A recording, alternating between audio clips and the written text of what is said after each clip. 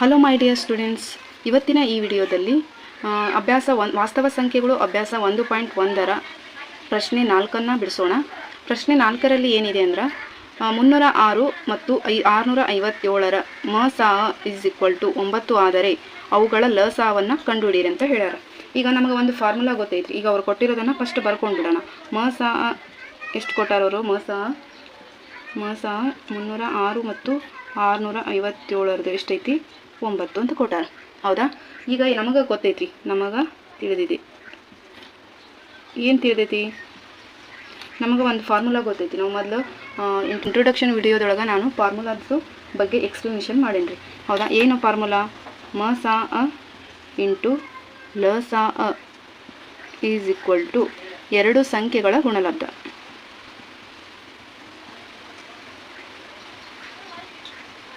ಎರಡು ಸಂಖ್ಯೆಗಳ ಗುಣಲಬ್ಧ. ನಮಗೇನು ಕಂಡುಹಿಡಿಯಕ್ಕೆ ಹೇಳ್ಯಾರ? ಈಗ ಅವರು ಲ.ಸಾ. ಕಂಡುಹಿಡಿಯಕ್ಕೆ ಹೇಳ್ಯಾರ. ಲ.ಸಾ. ಅಂದ್ರೆ ಏನು ಬರ್ತೈತಿ ಫಾರ್ಮುಲಾ? ಲ.ಸಾ. ಈಸ್ ಈಕ್ವಲ್ ಟು ಎರಡು ಸಂಖ್ಯೆಗಳ ಗುಣಲಬ್ಧ. ಎರಡು ಸಂಖ್ಯೆಗಳ ಗುಣಲಬ್ಧ ಡಿವೈಡೆಡ್ ಬೈ ಏನಾಗ್ತೈತಿ? ಮ.ಸಾ. ಅಂತ ಆಗ್ತೈತಿ. ಹೌದಾ? ಈಗ ನಮಗೆ ಲ.ಸಾ. ಕಂಡುಹಿಡಿಯಕ್ಕೆ ಹೇಳ್ಯಾರಿ. ಮ.ಸಾ.ಕ್ಕೆ ಸಂಖ್ಯೆಗಳು ಕೊಟ್ಟಾರ. ಆಮೇಲೆ ಮ.ಸಾ. ಎಷ್ಟು ಐತೆ ಅಂತ ಕೊಟ್ಟಾರ. ಅದನ್ನು ಹಾಕೋಬೇಕು. ಲ.ಸಾ.ನ ಕಂಡುಹಿಡಿಬೇಕು. ಈಗ ಲ.ಸಾ. ಈಸ್ ಈಕ್ವಲ್ ಟು ಏನು ಬರ್ತೈತಿ? ಎರಡು ಸಂಖ್ಯೆಗಳ ಗುಣಲಬ್ಧ. ಅವೆರಡು ಸಂಖ್ಯೆಗಳು ಯಾವುವು? 306 ಇಂಟು 657. ಹೌದಾ? ಮ.ಸಾ. ಎಷ್ಟು ಕೊಟ್ಟಾರ? 9 ಕೊಟ್ಟಾರ. ಈಗ ನಮಗೆ ಲ.ಸಾ. ಏನು ಸಿಗ್ತೈತಿ? ಲ.ಸಾ. ಈಸ್ ಈಕ್ವಲ್ ಟು 34 ಇಂಟು 657 ಅಂತ ಸಿಗ್ತೈತಿ. ಈಗ ಲ.ಸಾ. ಈಸ್ ಈಕ್ವಲ್ ಟು ಇವೆರಡು ಮಲ್ಟಿಪ್ಲೈ ಮಾಡಿದರೆ ಏನಾಗ್ತೈತಿ? 22,338 ಸಿಗ್ತೈತಿ. 22,338 ಸಿಗ್ತೈತಿ. ಹೌದಾ? ಅವ್ರು ಕಂಡುಹಿಡಿಯಕ್ಕೆ ಹೇಳಿದ್ದನ್ನು ನಾವೇನು ಮಾಡಿದ್ವಿ? ಈಗ ಫಾರ್ಮುಲಾ ಯೂಸ್ ಮಾಡಿಕೊಂಡು ಕಂಡುಹಿಡಿದ್ವಿ. ಓಕೆ. ನೆಕ್ಸ್ಟು ಅಭ್ಯಾಸ 1.1ರೊಳಗೆ 5ನೇ ಕ್ವಶನ್ ಏನೈತಂದ್ರೆ, ಎನ್ನದ ಯಾವುದೇ ಬೆಲೆಗೆ 6n 6ರ ಘಾತ n ಇದು 0ಯಿಂದ ಕೊನೆಗೊಳ್ಳಬಹುದೇ? ಪರೀಕ್ಷಿಸಿ. ಇಲ್ಲಿ n ಒಂದು ಸ್ವಾಭಾವಿಕ ಸಂಖ್ಯೆಯಾಗಿದೆ. ಏನಂದ್ರೆ n ಒಂದು ಸ್ವಾಭಾವಿಕ ಸಂಖ್ಯೆ ಆಗೈತಿ. 6ರ ಘಾತ n ಇದು 0ಯಿಂದ ಕೊನೆಗೊಳ್ತೈತೇನೋ ಅಂತ ಚೆಕ್ ಮಾಡ್ರಿ ಅಂತ ಹೇಳ್ಯಾರ. ಇಲ್ಲಿ ನಮಗೆ ಮೊದಲಿಂದ ಗೊತ್ತೈತಿ, ಯಾವುದೇ ಸಂಖ್ಯೆ ಒಂದು 0ಯಿಂದ ಕೊನೆಗೊಂಡ್ರೆ ಅದು ಏನಾಗ್ತೈತಿ? 10ರಿಂದ ಭಾಗಿಸ್ತೈತಿ ಅಥವಾ 2 ಮತ್ತು 5ರಿಂದ ಭಾಗಿಸಲ್ಪಡ್ತೈತಿ ಅಂತ ನಮಗೆ ಗೊತ್ತೈತಿ. ಹೌದಾ? For example 10 ತೊಗೊಂಡನ್ರಿ. ಇಲ್ಲಿ ಆಲ್ರೆಡಿ ನಾ ಬೆಳೆಸಿಟ್ಟನ್ರಿ. ಇಲ್ಲಿ 10 ತೊಗೊಂಡೇನಿ, 20. ಇದೇ ಥರ 3 ಡಿಜಿಟಿನು 4 ಡಿಜಿಟಿನ ತೊಗೊಂಡು ಮಾಡಿದ್ರು ನಿಮ್ಗೆ ಅಪವರ್ತನಗಳು 2 ಮತ್ತು 5 ಅದರೊಳಗೆ ಬರ್ತಾವೆ. ಹೌದಾ?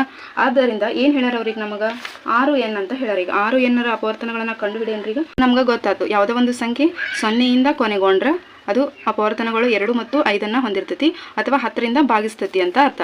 ಹೌದಾ? ಈಗ 6ನ್ನು ಚೆಕ್ ಮಾಡೋಣ. ಅವ್ರು ಕೊಟ್ಟಿರೋದು ಈಗ ನಮ್ಗೆ 6ರ ಘಾತ n.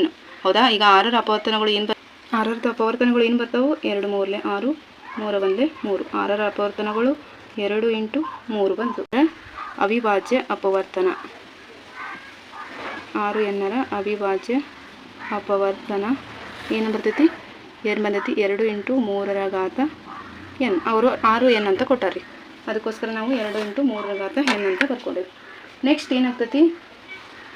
ನಮಗೀಗ ಗೊತ್ತಾಗೈತಿ 0ಯಿಂದ ಕೊನೆಗೊಂಡ್ರೆ ಅದು 2ರಿಂದ ಅಥವಾ 5ರಿಂದ ಭಾಗಿಸಲ್ಪಡ್ತೈತಿ ಅಂತ. ಈಗ 5 ಎನ್ನೋದೇನು? 6nರ ಅಪವರ್ತನ ಆಗಿಲ್ಲ. ಹೌದಾ? ಈಗ 6ರ ಅಪವರ್ತನಗಳನ್ನು ಕಂಡುಹಿಡಿಯೋಣ. 6ರ ಅಪವರ್ತನಗಳು ಏನು ಬರ್ತಾವೆ? 2 ಮತ್ತು 3 ಬಂದವ್ರಿ. ಅದಕ್ಕೋಸ್ಕರ ನಾವೇನಿಗೆ ಏನು ಹೇಳ್ಬೋದು? 6ರ ಘಾತ nರ ಅವಿಭಾಜ್ಯ ಅಪವರ್ತನ 2 ಇಂಟು 3ರ ಘಾತ n ಅಂತ ಬರ್ಕೋಬೋದು. ಹೌದಾ? ಯಾಕೆ ಬರೆದ್ವಿ? ಇಲ್ಲಿ 6ರ ಘಾತ n ಅಂತ ಐತೆ. ಅದಕ್ಕೋಸ್ಕರ ನಾವೇನು ಮಾಡಿದ್ವಿ? ಇದು 2 ಇಂಟು 3ರ ಘಾತ n ಅಂತ ಬರ್ಕೊಂಡ್ವಿ. ಈಗ ಆದ್ದರಿಂದ 5 ಎನ್ನುವುದು 6nರ ಒಂದು ಅಪವರ್ತನ ಆಗಿಲ್ಲ. ಹೌದಾ? 6ರ ಘಾತ nರ ಒಂದು ಅಪವರ್ತನ ಆಗಿಲ್ಲ ಅಂದ್ರೆ ನಾವೇನು ಕಲ್ತಿದ್ವಿ? ಎಕ್ಸಾಂಪಲ್ ತೊಗೊಂಡಿದ್ವಿ 10 20 30 ಅಂತ ತೊಗೊಂಡಿದ್ವಿ. ಅಲ್ಲೇ 0ಯಿಂದ ಕೊನೆಗೊಂಡ್ರೆ ಅದರ ಅಪವರ್ತನಗಳು ಏನು ಸಿಕ್ಕವು? ನಮ್ಗೆ 2 ಮತ್ತು 5 ಕಾಮನ್ ಆಗಿ ಸಿಕ್ಕವು. ಹೌದಾ? 2 ಮತ್ತು 5 ಇಲ್ಲದಕ್ಕೆ ಇಲ್ಲೇ 2 ಐತ್ರಿ, 5 ಇಲ್ಲ. ಆದ್ದರಿಂದ ಏನು ಹೇಳ್ತೈತಿ? ಒಂದು ಸಂಖ್ಯೆಯು 0ಯಿಂದ ಕೊನೆಗೊಂಡ್ರೆ ಅಪವರ್ತನ 2 ಮತ್ತು 5ನ್ನು ಹೊಂದಿರಬೇಕು. ಆದ್ದರಿಂದ ನಾವು ಏನು ಹೇಳ್ಬೋದು? 6ರ ಘಾತ n ಇದು 0ಯಿಂದ ಕೊನೆಗೊಳ್ಳುವುದಿಲ್ಲ ಅಂತ ಏನು ಮಾಡ್ಬೋದು? ನಾವು ಹೇಳ್ಬಹುದು.